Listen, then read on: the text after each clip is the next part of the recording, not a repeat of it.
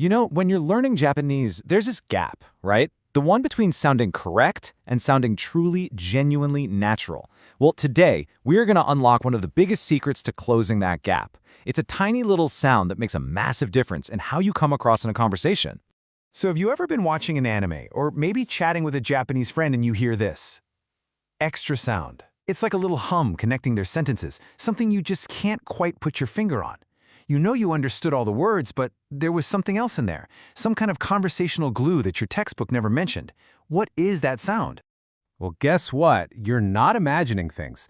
That little piece of conversational magic is absolutely real, and we're about to put it right under the microscope. This is one of those key things that separates textbook Japanese from the way people actually talk every single day. Okay, so the big secret is just the letter N. That's it. The sound you're hearing is on this. I bet you've heard it a million times. But, just knowing what it is, that's only half the battle. The real magic happens when you understand why it's used. So let's get right to the heart of it. Using on this isn't just a stylistic quirk. Oh no, it's a really powerful grammatical tool that adds a whole new layer of meaning and nuance to what you're saying. At its core, undes is all about explaining something. It takes a plain, simple statement and gives it a backstory. It's like you're waving a little flag that tells the listener, hey, there's a reason for what I'm saying, or here's a little context you might need. It's all about creating that connection by sharing the why behind your words. So when do you actually use it? Well, imagine someone sees you wearing a huge winter coat in the middle of spring. You could just say, a fact, sure. But adding this explains why you're all bundled up.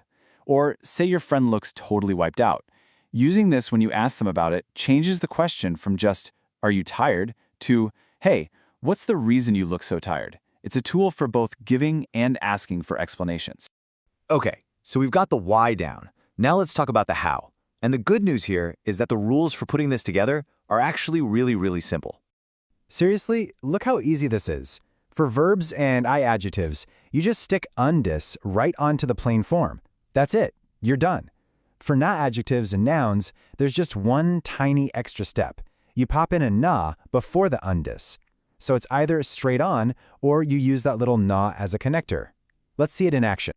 Theory is one thing, but seeing how this works in the wild is where it all clicks. Let's look at some real-world examples that show just how much meaning this one little phrase can build. Okay, first up, a verb. Without ondes, you're just stating a fact. I'm going home early. But with it, you're giving an explanation. Picture your boss seeing you packing up your bag. This sentence tells them the reason you're leaving. It's not just a statement. It's an explanation for your actions. See the difference? Now for an I adjective. Let's say someone sees you shivering. You could just say, it's cold. Fine. But by saying samuin desu, you're directly explaining why you're shivering. You're connecting the fact, it's cold, to what's happening to you in that moment. And here's a na adjective. Your friend asks, why do you always study at this coffee shop? This sentence is the perfect answer. You're explaining that the reason you love this place is because it's quiet.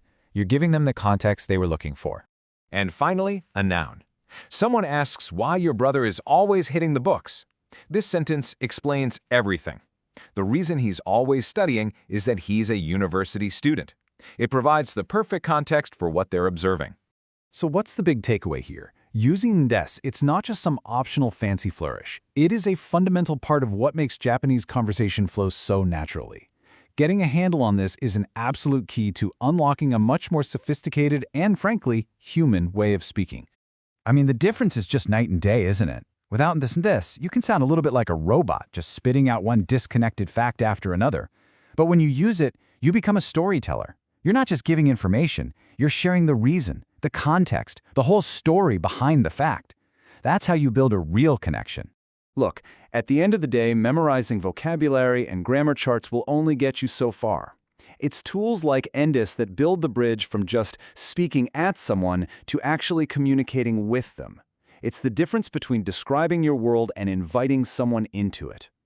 So, here's your mission. The very next time you listen to Japanese, I don't care if it's in a movie, a song, a podcast, whatever, I want you to listen for this sound. Listen for those little moments of explanation.